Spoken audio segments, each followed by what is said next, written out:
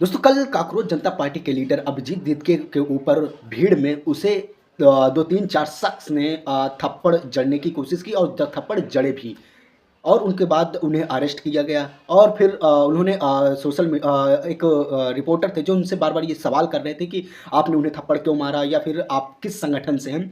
तो उसका एक सीधा जवाब था कि उसने कहा कि काकरोच जनता पार्टी जो है, जो उसके लीडर हैं, वो एक देशद्रोही हैं, वो देश तोड़ने का काम कर रहे हैं।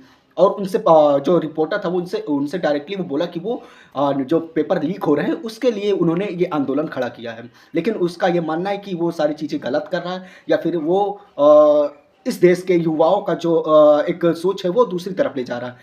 लेकिन क्या आपको ऐसा लगता है कि कहीं भी किसी भी तरीके से कोई भी युवक या यूथ ऐसी एलिगेशन या ऐसी इन एक्टिविटीज़ कर या ऐसी एक्टिविटीज़ में कहीं शामिल नज़र आता है कि जिससे कि देश को कुछ नुकसान हो?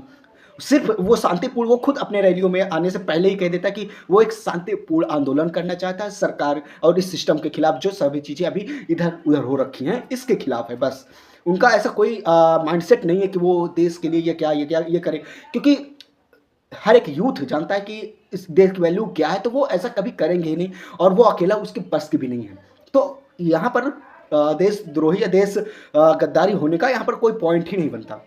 लेकिन वो जो शख्स उसके ये भी बताया जा रहा है कि वो बीजेपी का है या फिर बीजेपी का हो या ना हो, इससे कोई फ़र्क ही नहीं पड़ता।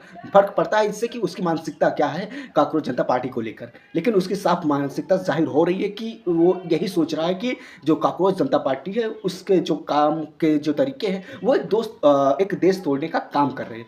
लेकिन मुझे ऐसा कहीं भी नहीं लगता क्योंकि सभी जगह रैलियों में सिर्फ वहीं जा रहे हैं जहाँ पर ऐसे चीज़ें हो रही हैं, जहाँ पर सिस्टम फेल नज़र आ रहा है। नीट पेपर का मामला हो या फिर इसके बाद जितने भी यूपी में ऐसे बहुत से लेखपाल को लेकर या फिर यूपीएस ये में जो सारी चीज़ें सही करने की कोशिश हो रही है और कुछ नहीं। दोस्तों इसमें आपको क्या लगता है? कमेंट करके ज़रूर बताइएगा।